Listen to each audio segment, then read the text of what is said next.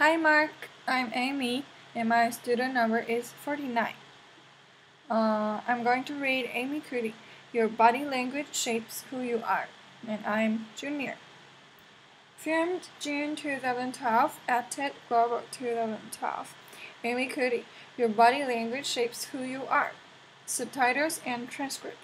Select language, English. Transcribed by Joseph Jenny. Reviewed by Morton Best. So I want to start by offering you a free no-tech life hack. And all it requires of you is this, that you change your posture for 2 minutes. But before I give it away, I want to ask you right now, do a little audit of your body and what you're doing with your body. So how many of you are sort of making yourself smaller? Maybe you're hunching, crossing your legs, maybe wrapping your ankles. Sometimes we hold onto our arms like this.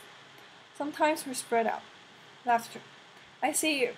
So I want you to pay attention to what you're doing right now.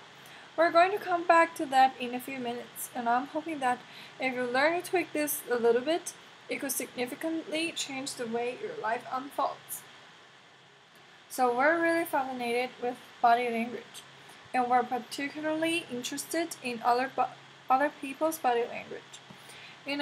We're interested in, laughter, an awkward interaction, or a smile, or a contemptuous glance, or maybe a very awkward wink, or maybe even something like a handshake. Narrator.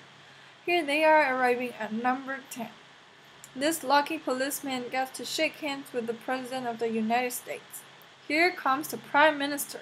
Now, laughter, applause. Laughter, applause. Amy Cuddy. So a handshake or the lack of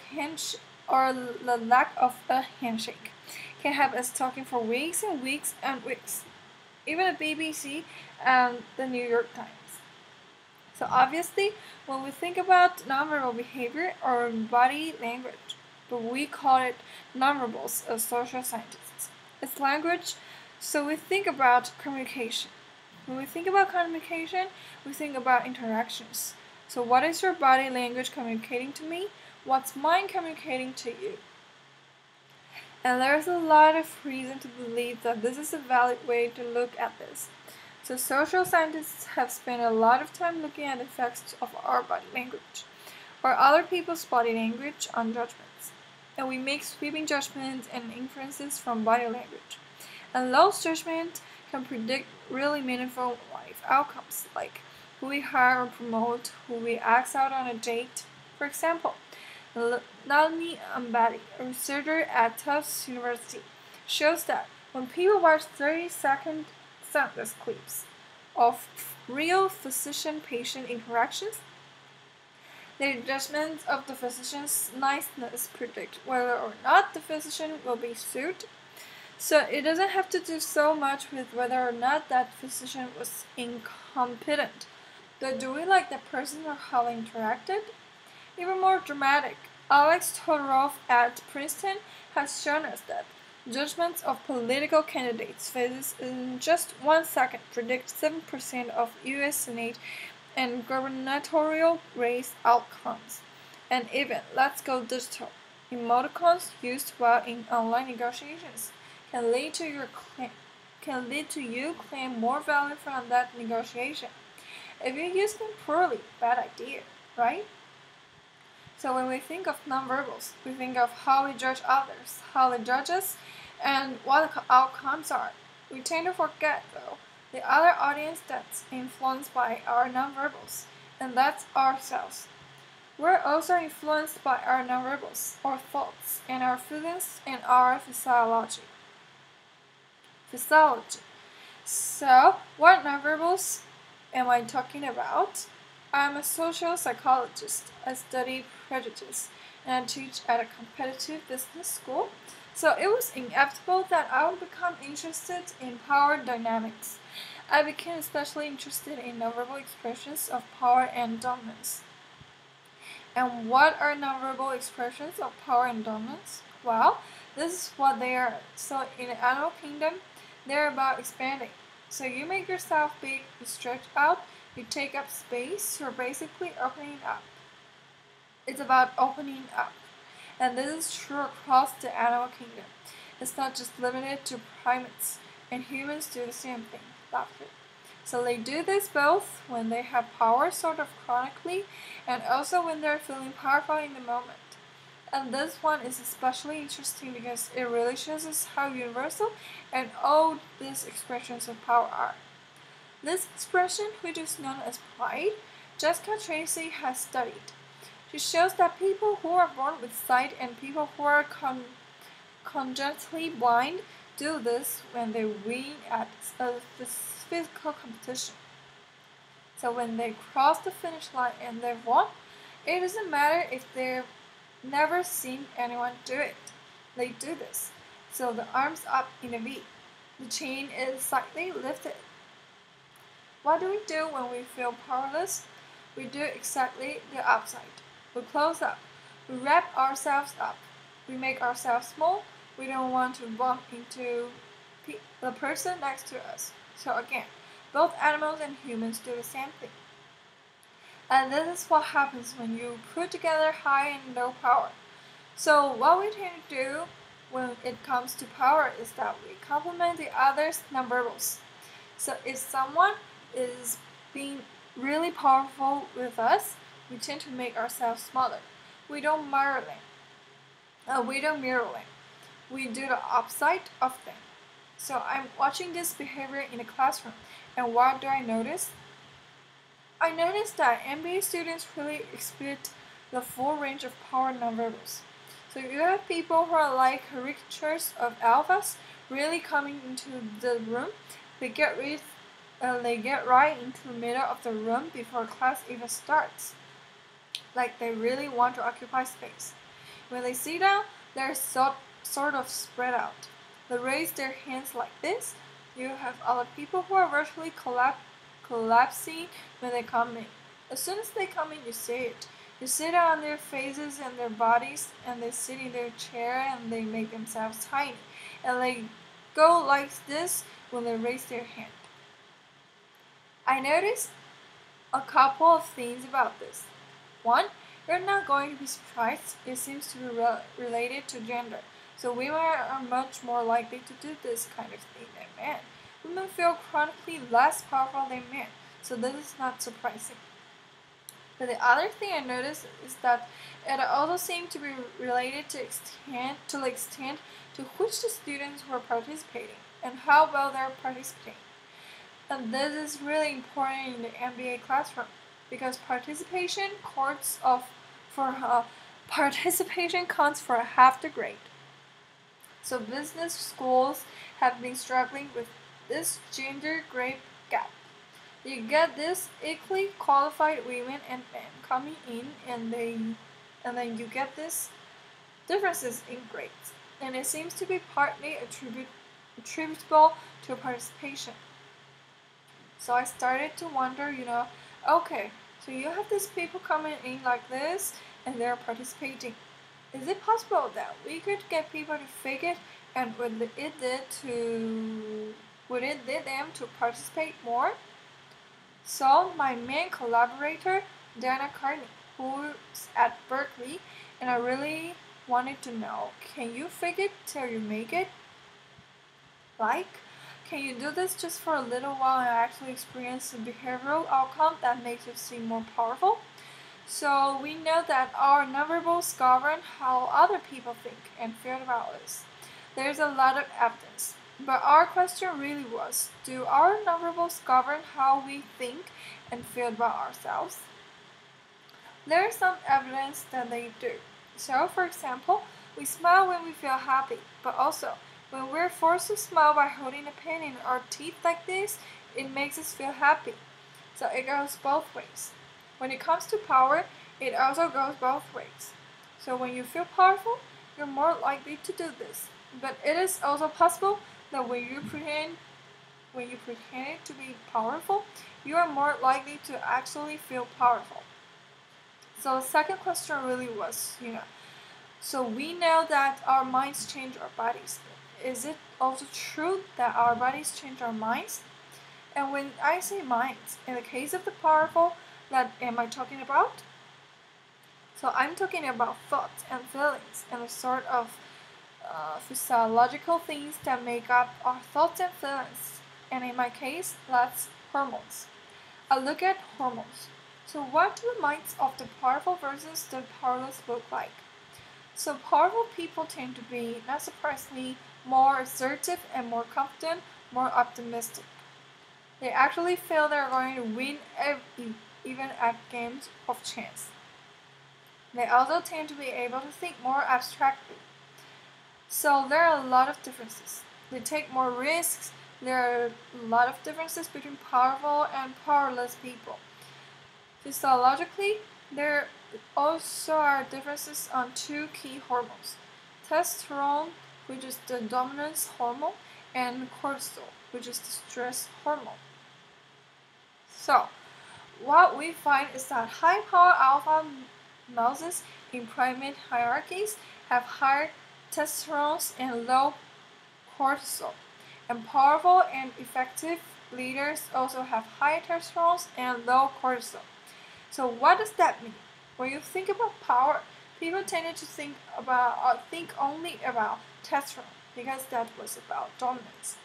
But really, power is also about how you react to stress. So do you want the high power leader that's dominant, high on testosterone, but really stress reactive? Probably not, right? You want the person who's powerful and assertive and dominant, but not very stress reactive. The person who's laid back. So we know that in primate hierarchies, if an alpha needs to take over, if an individual needs to take over an alpha role sort of subtly, within a few days, that individual's testosterone has gone up significantly, and his cortisol has dropped significantly. So we have this evidence, both that the body can shape the mind, and this at the facial level, and also that role changes can shape the mind. So what happens? Okay, you take a role change. What happens if you do that at a really minimal level, like this tiny manipulation, this tiny intervention? For 2 minutes, you say, I want you to stand like this, and it's going to make you feel more powerful. So this is what we do. We decide to bring people into the lab and run a little experiment. And these people adapted for 2 minutes, either high power poses or low power poses. And I'm just going to show you 5 of the poses. Although they took on only 2. So here's one, a couple more. This one has been dubbed the Wonder Woman by the media.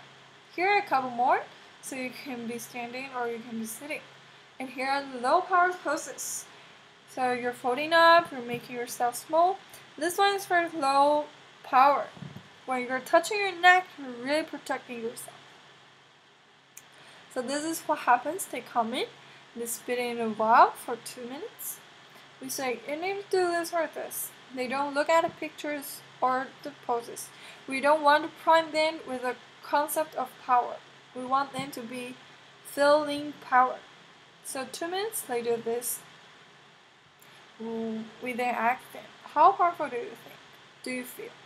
On a series of items, and then we give them an opportunity to gamble.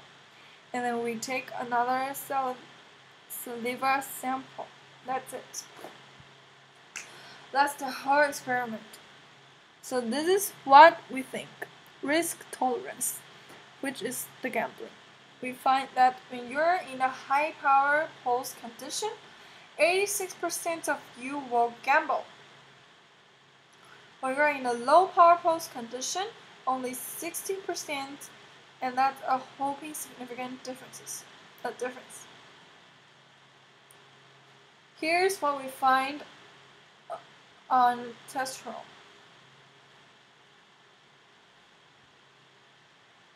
From their baseline, when they come in, high power people experience about a 20% increase, and low power people experience about a 10% decrease. So again, 2 minutes, and you get these changes. Here's what you get on cortisol. high power people experience about a 25% decrease, and the low power people experience about a 15% increase.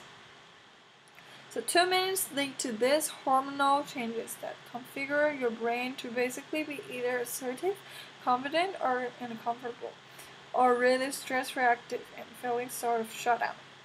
And we've all had the feeling, right? So it seems that our nonverbals do govern how we think and feel about ourselves. So it's not just others, but it's also ourselves. Also, our bodies changes our minds. But the next question, of course, is can power posing for a few minutes really change your life in meaningful ways? This is in lab.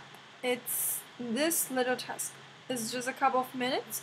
Where can you actually apply this? Which we cared about, of course. And so we think where you want to use this is evaluative situations, like social threat situations. Where are you being evaluated?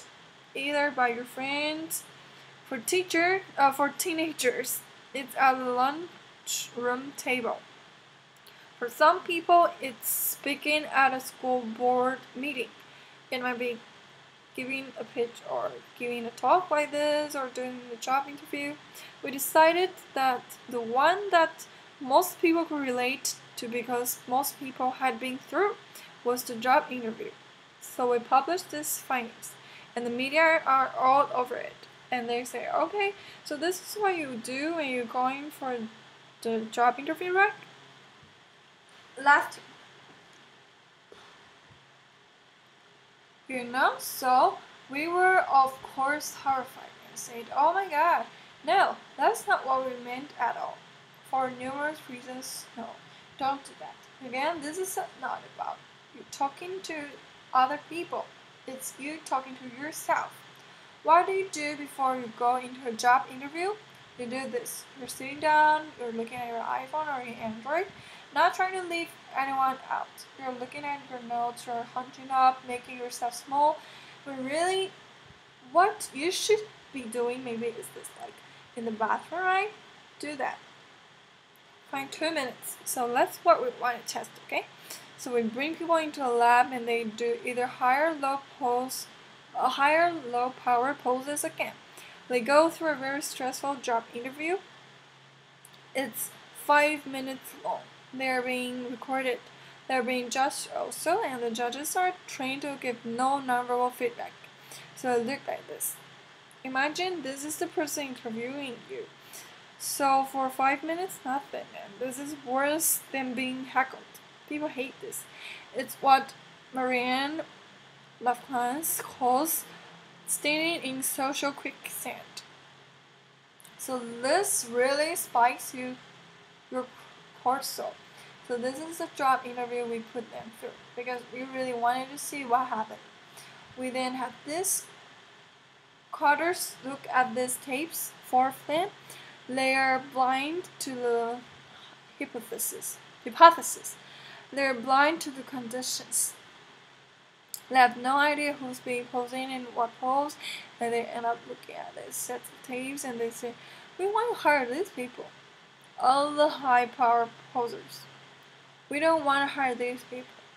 We'll also evaluate these people much more positive overall.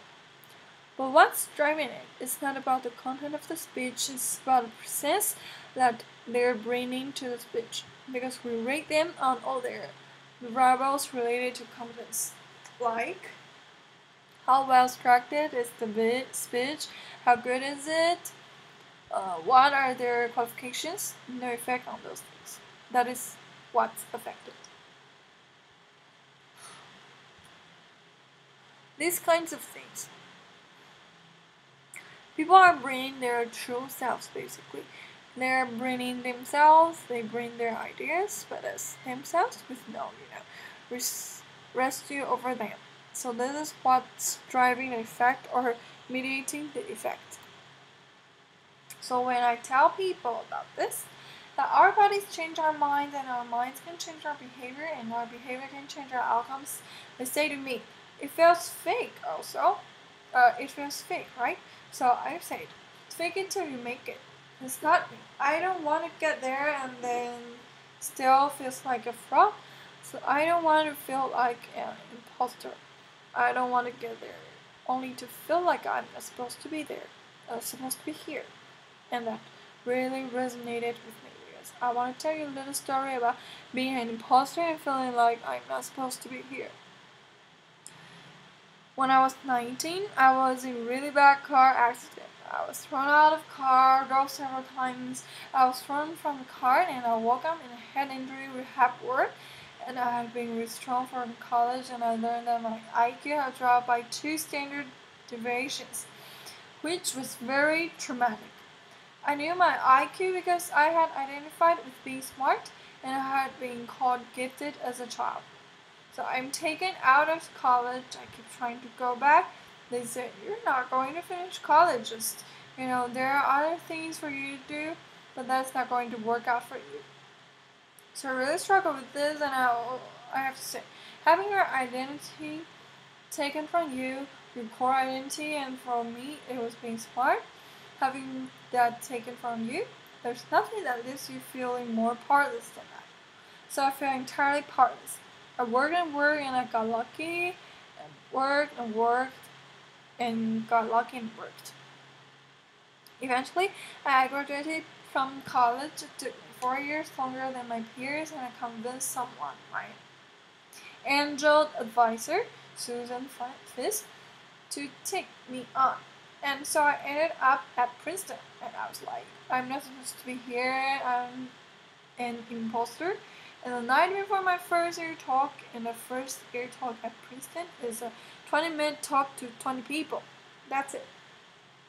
I was so afraid of being found out the next day that I'll call her and say, I'm quitting. She was like, you're not quitting because I took a gamble on you and you're staying. You're going to stay and this is what you're going to do. You're going to fake it. You're going to do every talk that you ever get asked to do. You're just going to do it and do it and do it. Even if you're terrified and just paralyzed and having an out-of-body experience until you had this moment where you are. Oh my gosh, I'm doing it. Like, I've come this. I'm actually doing this. So that's what I did. 5 years in grad school, a few years, I'm at Northwestern. I moved to Harvard. I'm at Harvard. I'm not really thinking about it anymore. But for a long time, I've been thinking, not supposed to be here.